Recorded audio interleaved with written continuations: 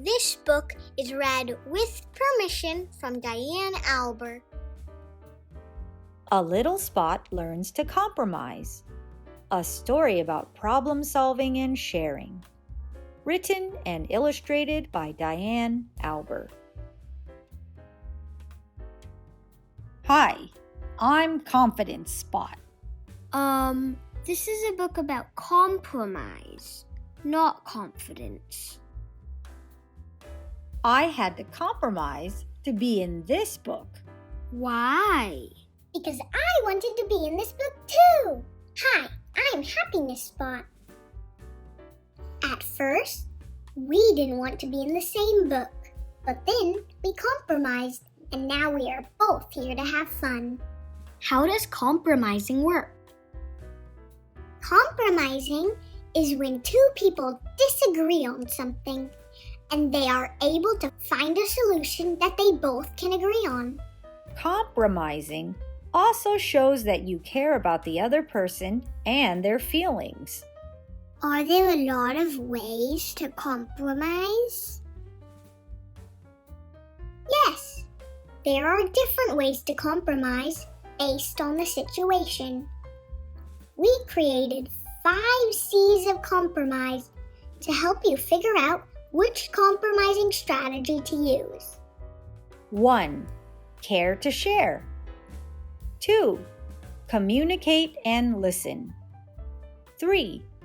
Create a trade or swap. 4. Combine 2 ideas into one. 5. Choose to start over. Here are the 5 C's of compromise in action. These 2 children both want to draw with crayons, but there is only one box. This can cause frustration spots to show up, but compromising can help. If they can't compromise, then they won't be able to scribble. I need crayons. I need crayons too. How can they compromise? They can compromise by sharing crayons and taking turns. Care to share. We can share.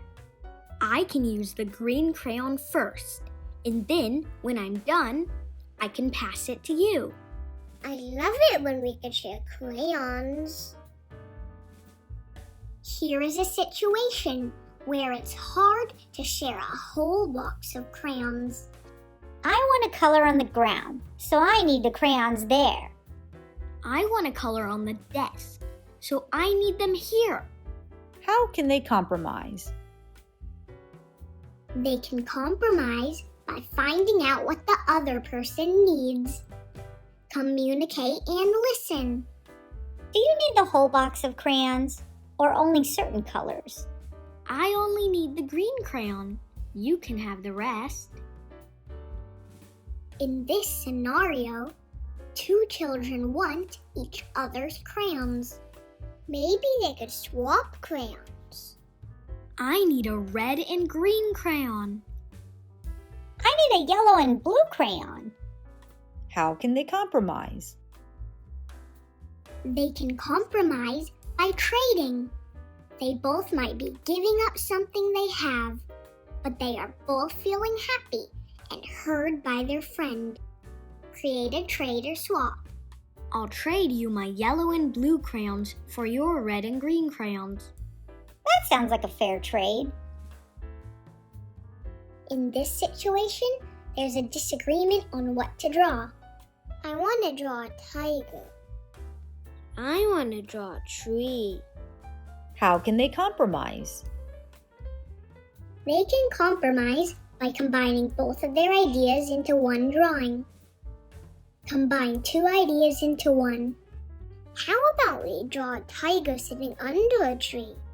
That sounds fun. In this scenario, 2 friends have a hard time agreeing on what activity to do. I want to draw. I want to play a board game. How can they compromise?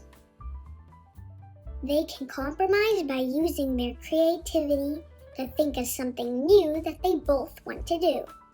Choose to start over. How about we play basketball? Okay.